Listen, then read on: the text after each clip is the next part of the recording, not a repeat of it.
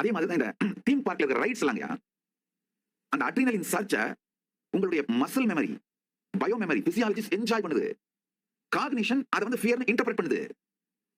ஃபியரும் ஒரு பக்கத்துல இருக்கும், ஏன்னா காக்னிஷனோட மிஸ் இன்டர்பிரேஷனால. ஆனா தொடர்ந்து அந்த ஆக்டிவிட்டி செஞ்சு என்ஜாய் பண்ணுவீங்க.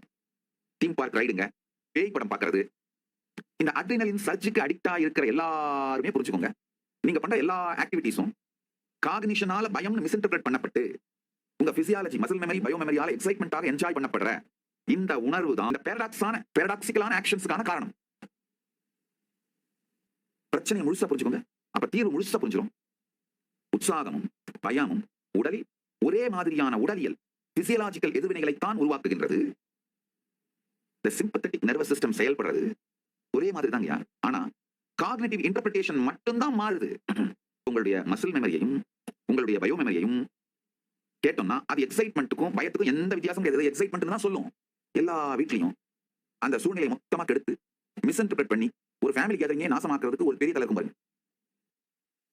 உங்களுடைய காக்னிட்டிவ் இன்டர்பிரேஷன் இந்த எக்ஸைட்மெண்ட்டை பயம்னு ஒரு லேபிள குத்தி ஒரு ஃபியூ மைக்ரோ மில்லி செகண்ட்ல உங்களுக்குள்ளேயே ஒரு செல்ஃப் டவுட் உருவாக்கி இது பயம்தான் உங்களுடைய ஒரு பாதி பீயிங் பயம்தான் அப்படிங்கிற சைடுக்கு போன உடனேயே எக்ஸ்பீரியன்ஸ் டாக்ஸிக் ஆயிடுச்சு. 3வது சாப்டர் 14வது ஸ்லோகம். உத்திஷ்டத ஜக்ரத பிராப்தியபரான் நிபோததா சுரஸ்யதாரா நிஷிதாதுரத்யா துர்க்கம்பரஸ்தக்கவயோ வதந்தி. சுவாமி விவேகானந்தர் இந்த ஸ்லோகம் ரொம்ப பிடிக்கும். அவர் திரும்ப திரும்ப சொல்வார். அவருடைய பல புத்தகங்களோட டைட்டிலே தான் இருக்கும். எழுவின் விழிவின் புரிசாரும் வரை நில்லாது செல் விசலேஷன் சொல்றாங்க. எழுந்திருங்கள், விழித்தெழுங்கள், மேன்மையான மகான்களை அணுகி உண்மையை அறிந்து கொள்ளுங்கள். இந்த பாதை கத்தியின் நுனியை போன்று கூர்மையானது. ஞானிகள் இதை செல்வதும் இதை நாம் புரிந்து கொள்வதும் மிகவும் கடினமானது, கடக்க இயலாதது போல் இருக்கின்றது.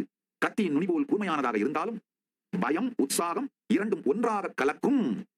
அந்த அதிர்ச்சி தரும் ஆனந்தமூட்டும் விழிப்புணர்வு தருணம் அறிந்ததற்கும் அறியாததற்கும் இடையில் உள்ள மிக நுண்ணிய எல்லை இது. இங்கு பயமும் உற்சாகமும் ஒன்றே. இதுதான் நல்லா புரிஞ்சுக்கும். பயம்னு நினைச்சு ஷ்ரிங்க் பண்ணா தமசிலேயே அழிந்து ஒழிவீர்கள்.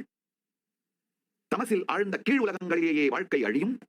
உற்சாகம் என்று புரிந்து மேலும் இயங்குவீர்களே ஆனால் மிக உயர்ந்த வாழ்க்கையின் வெற்றியையும் மிக உயர்ந்த உலகங்களையும் அனுபவிப்பீர்கள். ஒரு சின்ன உதாரணம் சொல்றேன். உங்க வாழ்க்கையில் இருக்கிற எல்லா நல்லதும் அந்த வினாடியை உங்க காக்னிஷன் உற்சாகம் இன்டர்பிரட் பண்ணி நீங்க ஃப்ளோ ஆக ஆரம்பிச்ச ஆக்டிவான ப்ரோ டிசிஷன் எடுத்த மூமெண்ட்ஸ்னால வந்தது. உங்க வாழ்க்கையில் இருக்கிற எல்லா கெட்டதும் பயம் இன்டர்பிரட் பண்ணி உங்க காக்னிட்டிவ் இன்டர்பிரேஷன் நடந்து நீங்க வித்ட்ரா பண்ணதுனால வந்தது. எக்ஸ்பீரியன்ஸ் எக்ஸைட்மெண்ட் நீங்க காக்னைஸ் பண்றீங்களா இல்ல ஃபியர்னு காக்னைஸ் பண்றீங்களா வச்சுதான் உங்களுடைய வெற்றியும் தோல்வியும் முடிவாகின்றது.